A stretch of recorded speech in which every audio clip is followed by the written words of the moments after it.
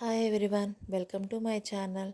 ఈరోజు వచ్చేసి boiled egg fry చేసుకుందాము. చాలా ఈజీగా చేసుకోవచ్చు, చాలా టేస్టీగా చేసుకోవచ్చు, చాలా త్వరగా కూడా చేసుకోవచ్చు. వీటికి ఎక్కువగా ఏమీ అవసరం లేదు. ఒక పెద్ద సైజు 2 ఉల్లిపాయలు కట్ చేసుకోవాలి, 2 పచ్చిమిరపకాయలు కట్ చేసుకోవాలి.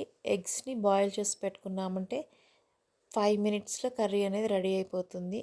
ఒక బాండీలో నూనె వేసేసుకొని ఆవాలు, జీలకర్ర, పసుపు, వెల్లుల్లి రెబ్బలు ఒక 5-6 తీసుకోండి. మామూలుగా అయితే మనం 1-2 వెల్లుల్లి రెబ్బలు వేసుకుంటాము, కానీ దీనికి 5-6 వెల్లుల్లి రెబ్బలు వేసుకోండి. టేస్ట్ అయితే చాలా బాగుంటుంది. ఎండుమిరపకాయలు, మనం కట్ చేసి పెట్టుకున్న పచ్చిమిరపకాయలు వేసేసుకొని వేయించుకోవాలి. ఇవి వేగుతూ ఉండగానే కొంచెం కరివేపాకు కూడా వేసుకోవాలి. ఇది కూడా కొంచెం ఎక్కువ క్వాంటిటీ తీసుకోండి, టేస్ట్ స్మెల్ బాగుంటుంది. ఇవి వేసుకున్న తర్వాత ఆనియన్స్ని కూడా కట్ చేసుకున్న ఆనియన్స్ని కూడా వేసేసుకోవాలి. ఇంకా సన్నగా అయినా కట్ చేసుకోవచ్చు. నేనైతే ఈ సైజ్ కట్ చేసుకున్నాను. నేను ఒక పెద్ద సైజు 2 ఉల్లిపాయలు తీసుకున్నాను. మీకు ఇంకా కావాలి అంటే ఇంకొక 2 ఉల్లిపాయలైనా కట్ చేసుకొని వేసుకోవచ్చు. చూడండి, ఇవి వేసుకోవాలి, వేయించుకోవాలి. ఇవి త్వరగా వేగాలి అంటే కొంచెం ఉప్పు వేసుకుంటే త్వరగా వేగుతుంది. రుచికి సరిపడా ఉప్పు వేసుకున్నాను, రుచికి సరిపడా కారం కూడా వేసుకున్నాను. ఇది కొంచెం స్పైసీగా ఉంటేనే బాగుంటుంది. నేనైతే ఒక 2 స్పూన్స్ వేసుకున్నాను. చాలా టేస్టీగా వచ్చింది కర్రీ అనేది. చూడండి, ఇది ఫ్రై అవ్వాలి. ఇది కూడా పచ్చివాసన పోయేంత వరకు ఫ్రై చేసుకోవాలి. ఆనియన్స్ అనేవి బాగా ఫ్రై అవ్వాలి. చూడండి, ఇవి ఫ్రై అవుతూ ఉండగానే మనం బాయిల్ చేసుకున్న ఎగ్స్ని ఇలా 4 భాగాలుగా కట్ చేసుకోవాలి. నేనైతే చూడండి 4 భాగాలుగా కట్ చేసుకొని పెట్టుకున్నాను. మీకు ఇంట్రెస్ట్ ఉంటే 2 భాగాలుగా కట్ చేసుకున్నా బాగుంటుంది.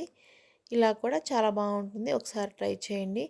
నా ఈ వీడియో చూస్తున్నట్లయితే లైక్ చేయండి, నా ఛానల్ని సబ్స్క్రైబ్ చేసుకోండి.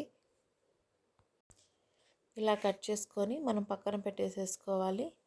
చాలా టేస్టీగా ఉంటుంది, చాలా ఈజీగా చేసేసుకోవచ్చు, చాలా త్వరగా కూడా చేసుకోవచ్చు. పిల్లలకి చాలా కొత్తగా ఇంట్రెస్ట్గా తింటారు.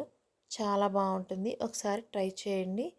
చూడండి, ఇది కట్ చేసుకున్న తర్వాత మనం ఆనియన్స్ని ఒకసారి మళ్ళీ కలయి తిప్పేసేసుకొని దీనిలోకి ఒక 1/2 స్పూను జీలకర్ర పొడి, 1 స్పూను ధనియాల పొడి వేసేసుకొని బాగా కలుపుకోవాలి. మీరు ఆనియన్స్ని బట్టి జీలకర్ర పొడి, ధనియాల పొడి అనేది వేసుకోవాలి. ఇంకొక 2 ఆనియన్స్ వేసుకుంటే ఏంటంటే ఇంకొక స్పూన్ ధనియాల పొడి వేసుకోండి. టేస్ట్ అయితే చాలా బాగుంటుంది. ఇది వేగిన తర్వాత మనం కట్ చేసి పెట్టుకున్న ఎగ్స్ని వేసేసుకోవాలి. ఇది వేసిన తర్వాత మనం జాగ్రత్తగా ఎగ్స్ అనేవి తిప్పుకోవాలి. ఎందుకంటే మనకి ఆ పచ్చసొన అనేది బయటికి రాకుండా తిప్పుకుంటే చాలా బాగుంటుంది. ఇలా ఉన్నా కూడా బాగుంది, టేస్ట్ బాగుంటుంది. చూడండి, ఒకసారి ఇలా స్టిక్తో కదిలించండి. లేదు అంటే స్టిక్స్ లేకుండానే ప్యాన్ని అటు ఇటు తిప్పుతూ కదిలించాలి. మనకి ఆనియన్స్ గ్రేవీ అనేది ఎగ్స్కి కలవాలి. ఉప్పు కారం కూడా ఎగ్స్కి పట్టాలి. అప్పుడు కూర అనేది రెడీ అయిపోతుంది.